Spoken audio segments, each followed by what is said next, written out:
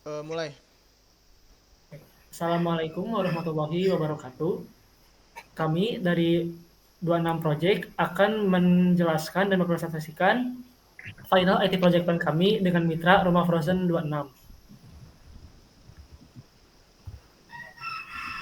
Di sini saya sebagai project manager yaitu Muhammad Aksel Syahwin dengan NRP 16/2022-059 beserta rekan-rekan saya. Silakan. Dengan saya Rizal Ahmad dengan NRP 16 2022 040. Saya Muhammad Ardi Abdul Ghani dengan NRP 16 2022 054.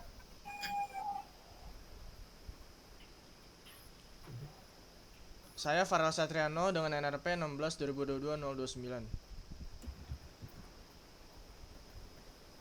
Ya. Saya Najorai Muhammad dengan RP 16 2022 057. Saya Nail Gani Prihartono dengan NRP 16 2022 042. Oke, baik kita langsung saja untuk bab pertamanya.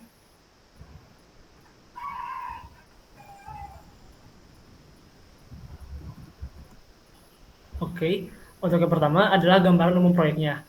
Proyek ini bertujuan untuk mengembangkan aplikasi mobile dan website yang berfungsi sebagai platform penjualan produk-produk food dari Rumah Frozen 26. Ruang lingkup proyek mencakup studi kelayakan, perencanaan proyek, analisis dan desain sistem, pengembangan aplikasi mobile dan website, pemantauan dan evaluasi, pengendalian kualitas, serta penyelesaian proyeknya. Tujuannya adalah menyediakan solusi digital yang efisien dan user-friendly untuk meningkatkan penjualan dan memperluas jangkauan pasar. Asumsi proyek termasuk ketersediaan sumber daya yang cukup dan partisipasi aktif dari semua stakeholder. Sementara kendala meliputi batasan anggaran dan jadwal. Hasil proyek meliputi aplikasi mobile dan website yang berfungsi penuh, laporan analisis sistem, dan dokumentasi proyek lengkap. Jadwal proyek mencakup durasi total 113 hari dengan anggaran sebesar 123,8 juta. Rencana untuk mengembangkan rencana manajemen proyek IS-IT ini mencakup langkah-langkah untuk mengelola waktu, biaya, kualitas, sumber daya, komunikasi, risiko, dan pengadaan secara efektif untuk memastikan keberhasilan proyek. Silakan dilanjutkan untuk situasi dan masalah. Saya akan menjelaskan tentang situasi dan masalah. Pertama, analisis situasi. Saat ini, banyak proses bisnis masih dilakukan secara manual, seperti pengelolaan inventaris, pencatatan transaksi, dan pemantauan penjualan. Hal ini mengakibatkan inefisiensi dan kesalahan dalam operasional sehari-hari. Mitra tidak memiliki sistem yang memungkinkan pemantauan real-time terhadap stok produk, transaksi yang sedang berlangsung, dan interaksi dengan pelanggan. Keterbatasan ini menghambat kemampuan perusahaan untuk merespon kebutuhan pasar secara cepat. Yang ketiga, interaksi dengan pelanggan saat ini terbatas dan kurang efektif. Tidak ada platform terpusat yang memungkinkan komunikasi langsung antara mitra dan pelanggan.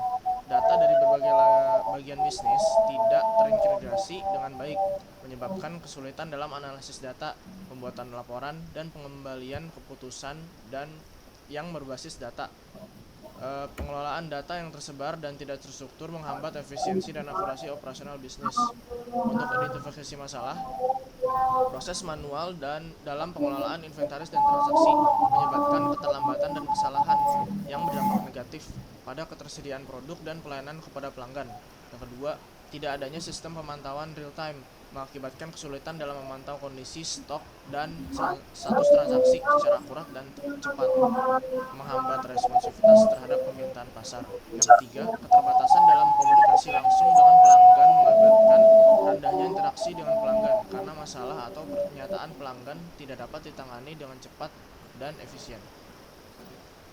Dan keempat, data yang tidak terintegrasi dan tidak real time membuat pengambilan keputusan menjadi kurang tepat. Dan untuk opsi atau rekomendasi yang ada, yang pertama ada pengembangan in-house.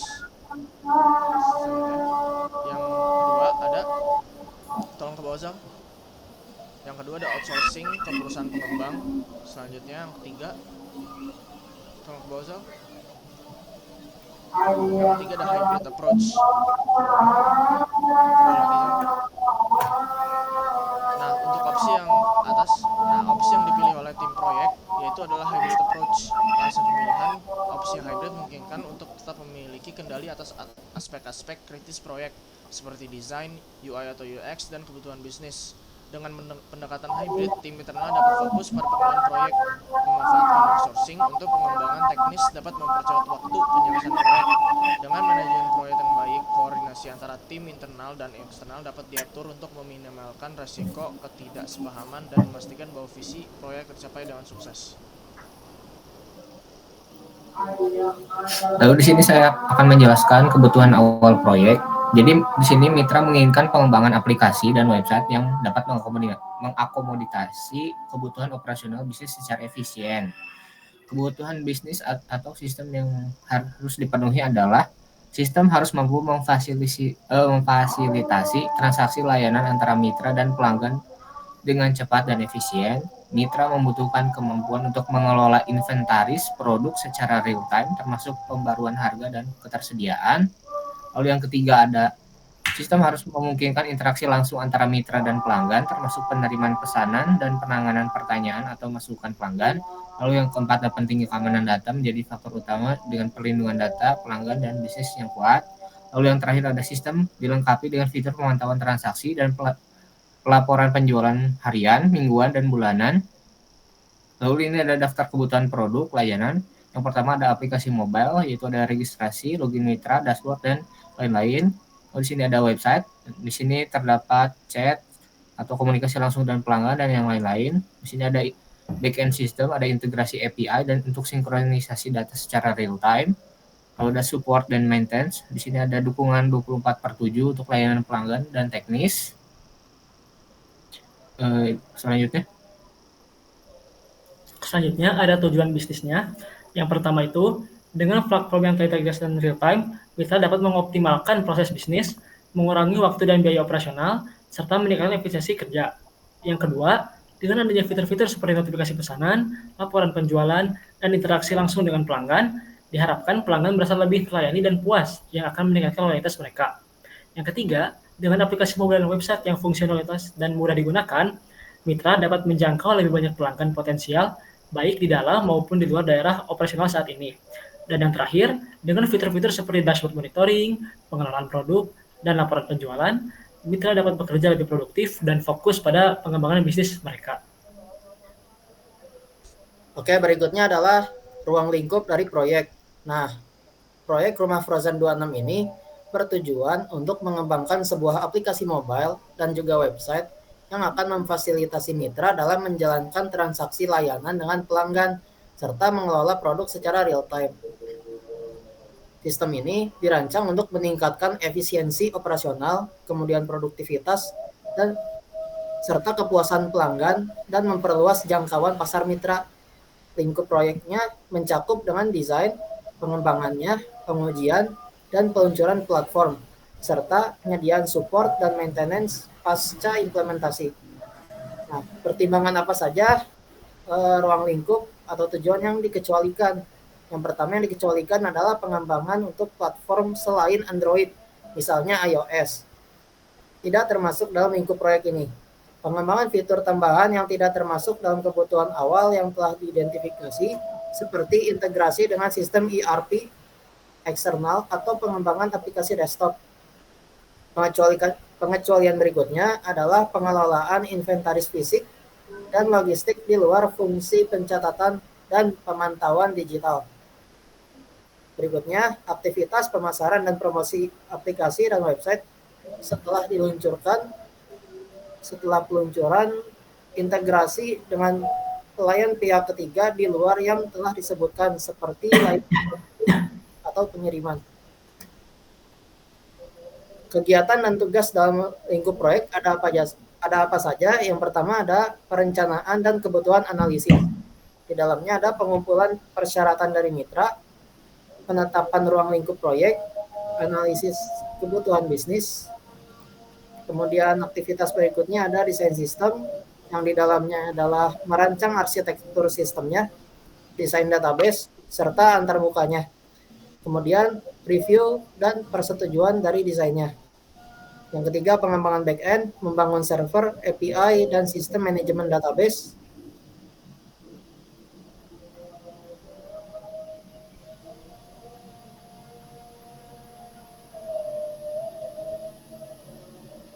Pertama, pengembangan website, mengembangkan website dengan fitur-fitur utama, lalu integrasi backend, pengujian sistem, pengujian fungsionalitas aplikasi dan website, pengujian keamanan dan performa, user acceptance testing. Yang ketujuh, penyempurnaan dan penyelesaian.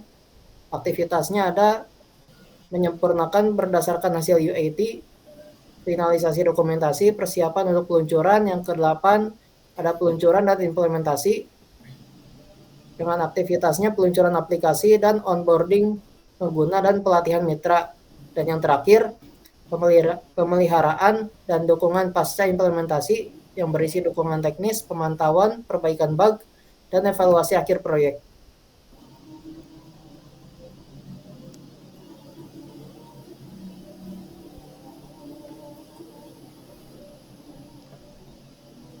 Sekarang saya akan menjelaskan tujuan proyek. Tujuan dilaksanakan proyek. Yang pertama, mengembangkan aplikasi dan website yang memudahkan mitra dalam menjalankan transaksi layanan dengan pelanggan.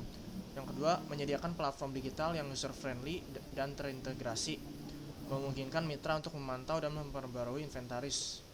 Yang ketiga, mengembangkan solusi yang memungkinkan mitra untuk memperluas jangkauan pasar. Yang keempat, menerapkan sistem keamanan yang kuat dengan enkripsi data dan autentikasi 2 faktor. Faktor penentu keberhasilan proyek. Yang pertama, kontrol yang benar seorang project manager terhadap para engineer agar produk yang dihasilkan sesuai dengan kebutuhan. Yang kedua, perancangan desain sistem yang teliti, efektif, dan efisien. Yang ketiga, knowledge management. Yang keempat, pendefinisian kebutuhan yang benar. Yang kelima, pengujian sistem yang komprehensif. Yang keenam, etos kerja yang baik. Yang ketujuh, lingkungan kerja yang baik. Dan keuntungan yang diharapkan dari proyek. Yang pertama, mitra dapat melakukan transaksi dan mengelola produk dengan lebih efisien, mengurangi waktu dan usaha yang diperlukan untuk operasional sehari-hari. Yang kedua, platform yang user friendly. Yang ketiga, sistem dengan enkripsi data dan autentikasi 2 faktor. Yang keempat, dengan fitur otomatisasi dan integrasi yang baik. Yang kelima, dengan sistem yang terintegrasi dapat mudah digunakan. Yang keenam, platform digital memungkinkan mitra untuk menjangkau pasar yang lebih luas. Yang ketujuh, fitur real-time inventory management. Yang kedelapan, dengan adanya support 24/7 dan maintenance rutin. Lalu di sini ada milestone. Di sini saya akan menjelaskan milestone. Yang pertama ada business case disetujui pada tanggal 13 bulan 5 2024. Lalu ada yang kedua, studi kelayakan disetujui pada tanggal 17 bulan 5 2024.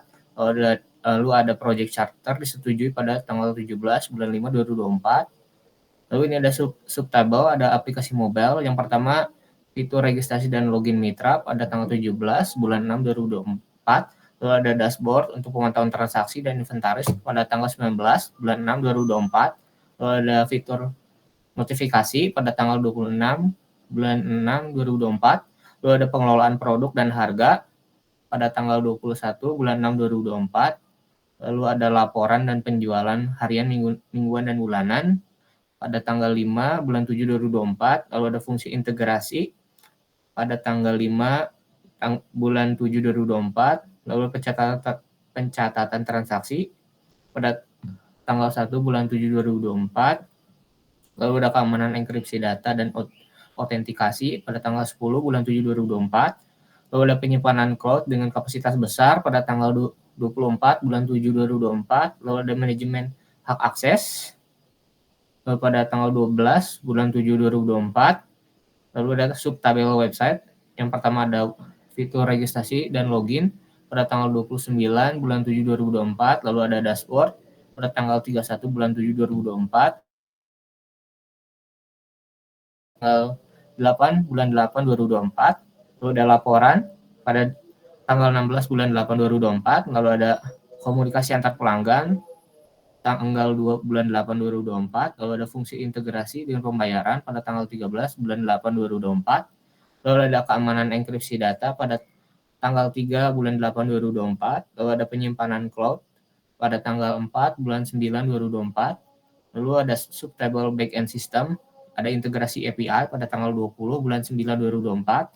Lalu ada manajemen database pada tanggal 19 bulan 9 2024, lalu ada keamanan tinggi pada tanggal 24 bulan 9 2024, lalu ada sistem absensi yang canggih pada tanggal 23 bulan 9 2024, lalu ada pemantauan dan kinerja sistem pada tanggal 27 bulan 9 2024, lalu yang terakhir ada support dan maintenance. Ada fitur pertama ada dukungan untuk layanan pelanggan pada tanggal 25 bulan 9 2024, lalu ada pemeliharaan rutin pada tanggal 26 bulan 9 2024, lalu ada dukungan penyimpanan cloud pada tanggal 24 bulan 7 2024, lalu ada dokumentasi akhir pada tanggal 2 bulan 10 2024, lalu ada pelatihan pengguna pada tanggal 7 bulan 10 2024, lalu ada serah terima proyek selesai pada tanggal 9 bulan 10 2024, lalu ada evaluasi akhir dan laporan pembelajaran tanggal 11 bulan 10 2024. Selanjutnya ada ringkasan jadwal dan biaya. Yang pertama itu studi kelayakan selama 7 hari dengan estimasi biaya 4,7 juta, perencanaan proyek 10 hari 6,8 juta, analisis dan desain sistem 9 hari 4,5 juta, pengembangan aplikasi mobile 30 hari 41,6 juta, pengembangan website sama 30 hari 49,3 juta, pemantauan dan evaluasi 10 hari 6,8 juta, pengendalian kualitas selama 7 hari 3,3 juta, dan penyelesaian proyek 10 hari estimasi 6,8 juta dengan total hari 113 hari dan total estimasi biaya adalah 123,8 juta.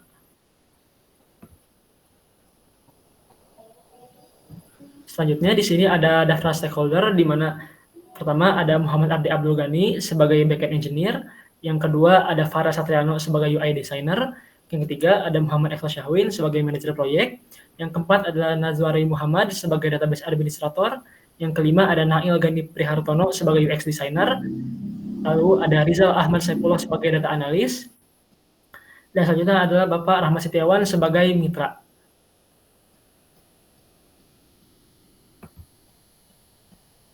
Selanjutnya di sini ada lingkup proyek, di mana pertama ada karakteristik persyaratan produk. Untuk pertama ada aplikasi mobile yang terdiri dari registrasi dan login mitra, ada dashboard, notifikasi pesanan masuk, pengelolaan produk dan harga, laporan penjualan, integrasi pembayaran non tunai, pencatatan transaksi manual, otomatisasi pemotongan pajak dan diskon, UI yang user friendly dan intuitif, keamanan data, penyimpanan cloud, hak akses yang berbeda, sistem absen yang canggih, log pembayaran dan buku kas besar, dan riwayat edit data. Yang kedua, untuk website, sama ada registrasi dan login mitra, ada dashboard, ada notifikasi pemasaran masuk, ada laporan penjualan, ada komunikasi langsung dengan pelanggan, ada integrasi pembayaran non-tunai, ada UI yang responsif dan mudah digunakan, serta ada keamanan data, dan juga penyimpanan cloud-nya. Dan yang ketiga, ada backend system yang terdiri dari ada integrasi API, manajemen database, keamanan data, dan transaksi integrasi dengan inventaris. Dan yang terakhir adalah support dan maintenance. Yang pertama adalah support 24/7 dan routine maintenance, serta penyimpanan cloud juga. Untuk kriteria penerimaan penggunaan produk, yang pertama adalah semua fitur yang dijelaskan dalam persyaratan produk berfungsi dengan baik. Aplikasi dan website beroperasi dengan cepat dan responsif. Data pengguna dan transaksi terlindungi dengan transkripsi dan autentikasi 2 faktor. Yang keempat, antarmuka yang intuitif dan user friendly. Yang kelima, sistem berjalan dengan stabil tanpa crash atau downtime yang signifikan. Yang keenam, tersedia dukungan teknis yang responsif dan solusi cepat untuk setiap masalah yang dihadapi pengguna. Untuk kiriman terkait manajemen proyek, yaitu Project Management Deliverables. Yang pertama ada kasus bisnis, piagam proyek, kontrak tim, pernyataan ruang lingkup, work breakdown structure atau WBS, ada jadwal proyek, ada baseline biaya, ada laporan status, ada presentasi proyek akhir, ada laporan proyek akhir, dan laporan pembelajaran. Yang terakhir ada kiriman terkait produk, yaitu product deliverables. Yang pertama, dokumentasi hasil wawancara dengan mitra bisnis untuk pengumpulan kebutuhan. Yang kedua, desain UI UX untuk aplikasi mobile dan website. Yang ketiga, kode sumber untuk aplikasi mobile, website, dan backend system.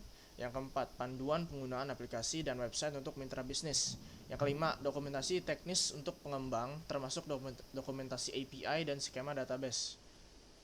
Yang keenam, hasil pengujian sistem, termasuk pengujian fungsionalitas, keamanan, dan performa.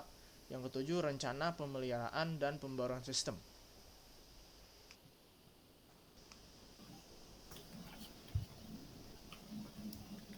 Berikutnya ini ada bagian jadwal proyek. Durasinya itu mulai dari tanggal 9 Mei dan selesai pada tanggal 11 Oktober 2024 dengan durasinya 5 bulan. Waktu pelaksanaannya dilaksanakan pada hari kerja Senin sampai Jumat dan setiap harinya itu 8 jam. Berikutnya work breakdown structure. Di sini mulai dari tahap inisiasi. Yang dilakukan dari tahap inisiasi adalah studi kelayakan. Yang tahap kedua ada tahap planning dengan isinya adalah perencanaan dan analisis dan desain sistem. Tahap ketiga mulai eksekusi proyek. Di sini mulai mengembangkan aplikasi mobile dan mengembangkan website. Bawa lagi. Tahap keempat ada monitoring dan controlling. Nah, di tahapan ini dilakukan pemantauan dan evaluasi dan pengendalian kualitas. Dan tahap terakhir adalah closing, yang dilakukan adalah penyelesaian proyek, membuat dokumentasi akhir, serah terima, dan lainnya. Nah, ini adalah jadwal-jadwal proyek yang tadi. Seperti misalnya di tahap inisiasi dia ada studi kelayakan. Nah, studi kelayakan di dalamnya itu ada berbagai aktivitas lagi. Nah, studi kelayakan ini menjadi level 1. Nah, aktivitas yang berada di bawah studi kelayakan itu akan menjadi level kedua. Nah, coba ke bawah lagi. Sampai ke tahap eksekusi coba. Pengembangan mobile.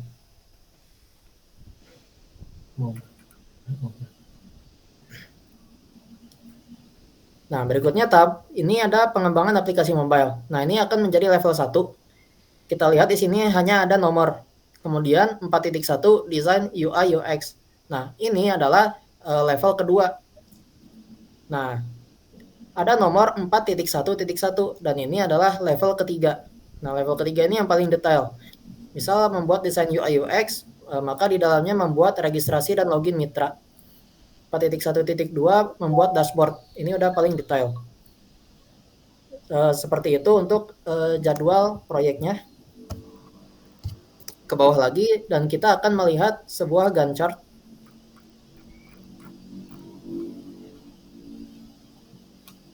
Apa bisa di zoom? Nah, di Gantt chart ini ada yang warnanya paling gelap. Nah, warna paling gelap ini menunjukkan tahap.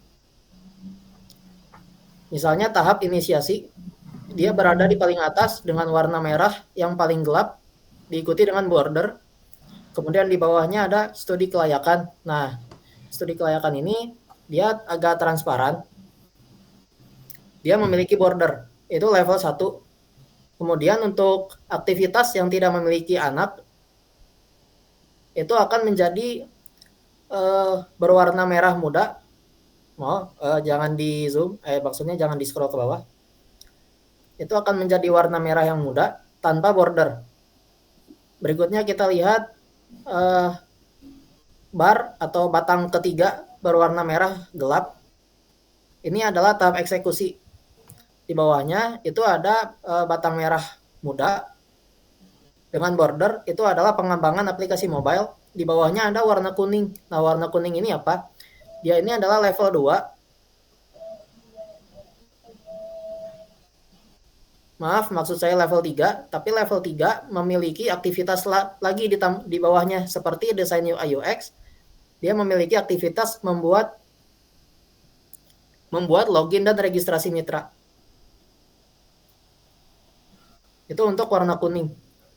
Jadi pada intinya untuk Gantt chart jadwal ini paling dilihat adalah bagian batang merah yang paling gelap dengan warna yang paling gelap.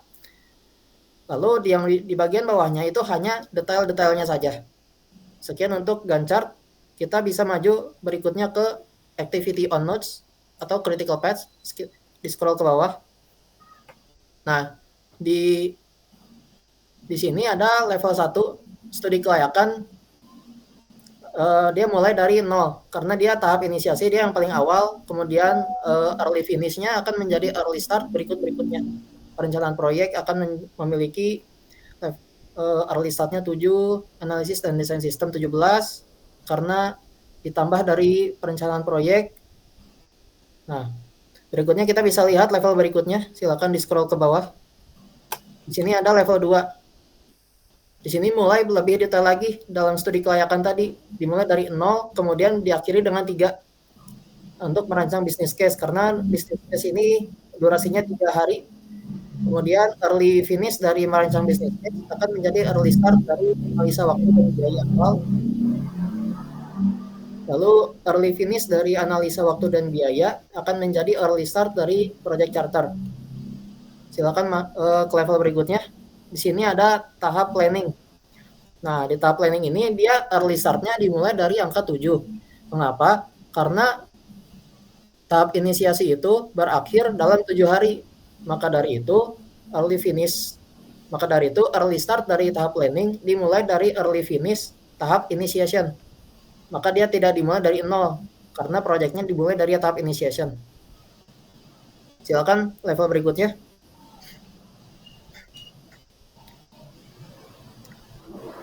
Setelah tahap planning itu berakhir dalam 26 hari, maka early start dari tahap eksekusi adalah hari ke-26, dimulai dari desain UI UX, kemudian berakhir pada hari ke-86 sampai pengujian sistem web.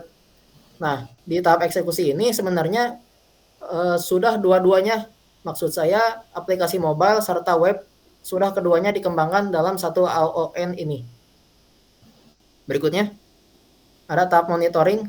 Setelah eksekusi akan dilakukan monitoring, membuat laporan, meninjau proyek, sampai pengujian keamanan. Itu untuk tahap monitoring, dan terakhir adalah closing.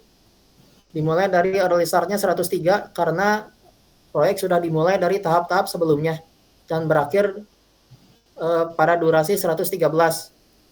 Untuk critical path, lurus terus. Semua tahapan ini berurut, tidak ada percabangan. Serta total float-nya 0, maka tidak boleh ada penundaan. Setiap 1 hari selesai, maka hari berikutnya langsung mulai kerja lagi. Jadi tidak ada penundaan. Semua total float 0. Nah, ini level 3 sebenarnya hanya detail saja. Untuk level 3 ini hanya dimiliki oleh tahap execution, seperti membuat registrasi login dan semacamnya. Ini sudah termasuk keduanya, baik mobile maupun web. Nah, ini sama juga untuk eksekusi, meskipun masuk ke level 3, dia berakhir di level di hari ke-86. Itu hanya membuat detail saja. Scroll aja ke bawah. Nah, itu sekian untuk critical path-nya. Berikut. Jadi di sini ada rencana biaya. Yang pertama ada studi kelayakan dengan durasi 7 hari dengan gaji rata-rata 600.000 per hari dengan jumlah tenaga kerja itu 1 dengan biaya tenaga kerja 4.700.000 dengan total pertas 4.700.000. Lalu ada merancang bisnis case dengan durasi 5 hari dengan gaji rata-rata per hari 600.000 dengan tenaga kerja 1 orang dengan biaya tenaga kerja 3,4 juta. Lalu ada analisa waktu dan biaya awal. Pertasnya adalah 10,2 juta. Lalu ada perencanaan proyek dengan total tas 6,8 juta. Lalu ada identifikasi stakeholder dengan biaya dengan total tas 2 juta. Lalu ada penyusunan WBS dengan total tas 1 juta. Lalu ada penetapan jadwal proyek dengan total tas 1,3 juta. Lalu ada analisis desain sistem dengan total tas 4,5 juta, lalu ada wawancara dengan mitra dan bisnis dengan total tas 10 juta, lalu ada penyusunan statement of purpose dengan total tas 6,5 juta, lalu ada penyusunan event list dan konteks diagram dengan total tas 4 juta, lalu ada pengembangan aplikasi mobile dengan total tas 69 juta, lalu ada desain UI UX dengan total tas 5 juta, lalu ada pengembangan backend dengan total tas 9,9 juta, lalu integrasi API dengan total tas 4,1 juta, lalu pengujian sistem 3,3 juta, lalu ada pengembangan sistem dengan total tas 81,7 juta, lalu ada pengembangan backend dengan total tas 9,9 juta, lalu ada integrasi API 4,1 juta, lalu ada pengujian sistem dengan total tas 3,3 juta, lalu deploy dan launching dengan total tas 4 juta, Lalu ada pemantauan dan evaluasi dengan total tas 6,8 juta. Lalu ada pengendalian kualitas dengan total tas 3 juta. Lalu ada penyelesaian proyek dengan total tas 6 juta. Lalu dengan total tas internal 123,833 juta. Jika memakai eksternal dengan total tas 14,7 juta, maka dijumlahkan 138,5 juta.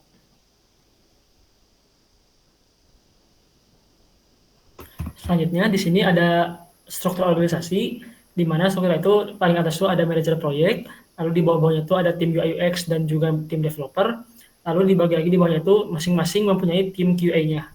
Untuk selanjutnya, di sini ada penugasan tim proyek, di mana di sini adalah ada manajer proyek dengan beserta tanggung jawabnya, ada analis beserta wewenang-wewenangnya, dan juga di bawahnya ada tim developer, tim UI UX, tim QA, dan juga stakeholder dengan tanggung jawabnya masing-masing.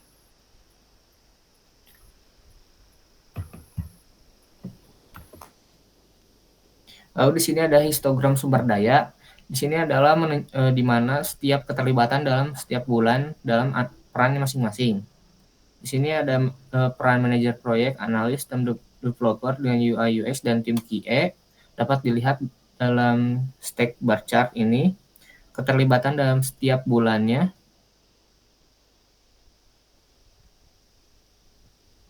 Lalu ini ada rencana komunikasi proyek.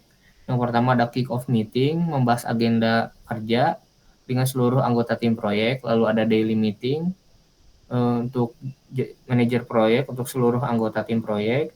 Lalu weekly status report untuk manajer proyek untuk seluruh anggota tim proyek. Lalu ada review meeting manajer proyek untuk seluruh anggota tim proyek. Lalu ada monthly progress meeting manajer proyek untuk seluruh anggota tim proyek dan sponsor proyek. Lalu ada design review meeting untuk manajer proyek, ada untuk analis dan tim developer. Lalu testing review meeting untuk QA dan tim QA dan tim developer, dan project closure meeting untuk manajer proyek dan seluruh anggota tim. Lalu ada ad hoc meeting untuk manajer proyek dan seluruh anggota tim terkait. Di sini ada komunikasi stakeholder, yaitu untuk sponsor proyek, yaitu setiap minggunya kita melakukan sponsor proyeknya dengan penanggung jawab Excel setiap Jumat jam 8. Selanjutnya ada tim proyek, yaitu daily stand up meeting dengan penanggung jawab Excel setiap hari kerja jam 9. Lalu ada manajemen senior, yaitu progress report setiap bulannya yang dilakukan secara email, penanggung jawabnya Rizal setiap akhir bulan. Dan ada mitra, komunikasi mitra, yaitu bi-weekly review dengan video conference, penanggung jawabnya Excel setiap 2 minggu, Rabu jam 10. Lalu ada tim developer, yaitu technical review meeting tim developer, secara face to face, penanggung jawabnya Ardi setiap 2 minggu, Kamis jam 2. Ada tim developer juga, yaitu daily stand up meeting, face to face juga, penanggung jawab Ardi setiap hari kerja jam 10. Lalu ada tim QA, testing review meeting, secara face to face, penanggung jawab Ardi setiap minggu, Senin jam 3. Dan ada pengguna akhir, yaitu user feedback session, secara online survey, penanggung jawab Rizal setiap bulan. Lalu ada pemangku kepentingan utama, yaitu untuk project milestone review dengan format presentasi, penanggung jawabnya Excel setelah setiap milestone.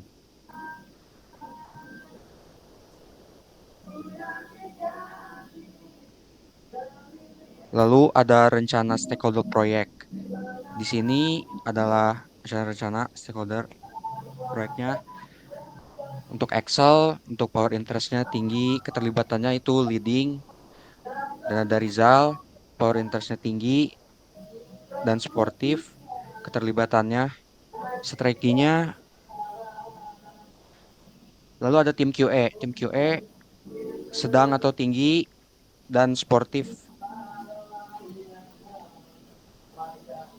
Lalu ada Rahmat Setiawan dengan sedang atau tinggi, yaitu sebagai leading. Lalu ada manajemen senior dengan tinggi dan sportif. Lalu ada tim developer, yaitu dengan kemampuan sedang dan sportif. Tim UI UX sedang dan tinggi dan sportif. Dan sponsor proyek memiliki power dan interest tinggi dan keterlibatan leading. Lalu ada pengguna akhir dengan power atau interest sedang atau rendah dengan keterlibatannya netral. Baik, di sini di sini ada rencana pengadaan atau pihak procurement. Di sini ada keputusan yang dianalisis, yaitu ada pilihan make dan pilihan buy. Di sini ada studi kelayakan dan ada perencanaan proyek, analisis dan desain sistem, pengembangan website, pengembangan aplikasi mobile dan pemantauan dan evaluasi, pengendalian kualitas, penyelesaian proyek, total biaya. Untuk pilihan make dengan total 123,801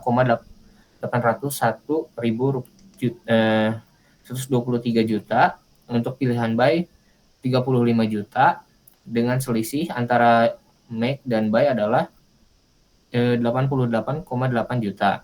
Maka direkomendasikan karena perbedaan biaya yang signifikan untuk membuat fitur dan internal, kami merekomendasikan dari vendor pihak ketiga. Keputusan akhir sebaiknya didasarkan pada faktor-faktor berikut.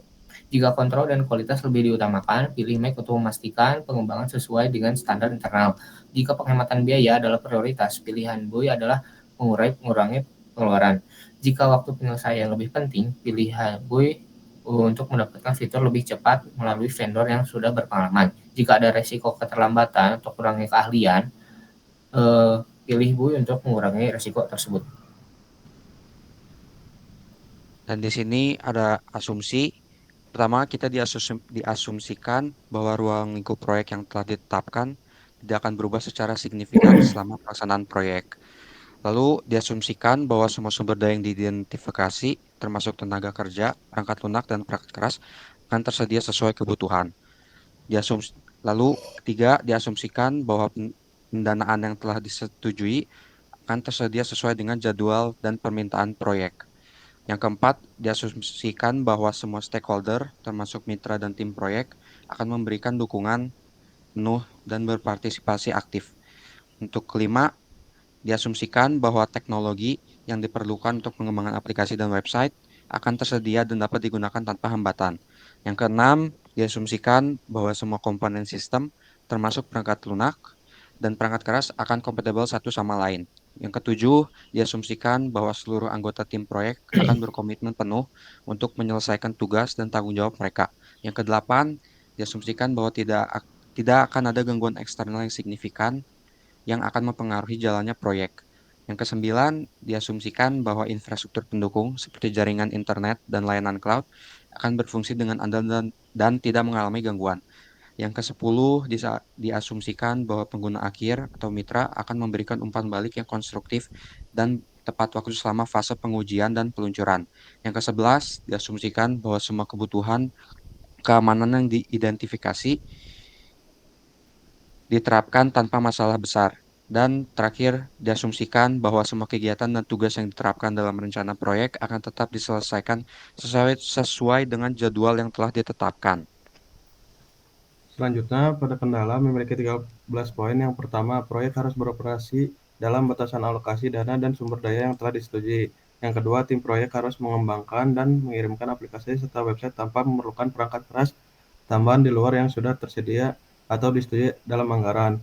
Pada poin ketiga, staf proyek harus menyelesaikan tugas mereka dalam jam kerja normal yang telah ditetapkan. Pada poin keempat, semua kegiatan dan tugas harus diselesaikan sesuai dengan jadwal yang telah ditetapkan. Pada poin kelima, proyek harus mematuhi semua standar keamanan dan privasi yang berlaku. Pada poin keenam, sistem yang dikembangkan harus kompatibel dengan infrastruktur dan teknologi yang ada. Pada poin ketujuh, pengembangan dan pengujian harus dilakukan dengan teknologi dan infrastruktur yang ada. Pada poin ke-8, keberhasilan proyek bergantung pada dukungan dan partisipasi aktif dari semua stakeholder. Pada poin ke-9, proyek harus mematuhi semua regulasi dan kebijakan yang berlaku, baik yang terkait dengan industri maupun yang spesifik terhadap bisnis mitra. Yang ke-10, implementasi sistem harus mempertimbangkan pembatasan geografis dan logistik, terutama untuk mitra yang berada di lokasi yang terpencil atau sulit dijangkau. Pada poin ke-11, semua fitur dan komponen sistem harus melalui pengujian yang ketat untuk memastikan kualitas dan kepatuhan terhadap spesifikasi yang telah ditetapkan. Pada poin ke-12, staf proyek dan mitra harus dilatih untuk menggunakan sistem yang baru. Pada poin ke-13, setiap perubahan yang diajukan selama pelayanan proyek harus melalui proses manajemen perubahan yang ketat dan memerlukan persetujuan sebelum diterapkan. Mungkin cukup sekian untuk presentasi dari kelompok 26 Project. Kurang lebihnya mohon dimaafkan. Terima kasih atas perhatiannya. Wassalamualaikum warahmatullahi wabarakatuh.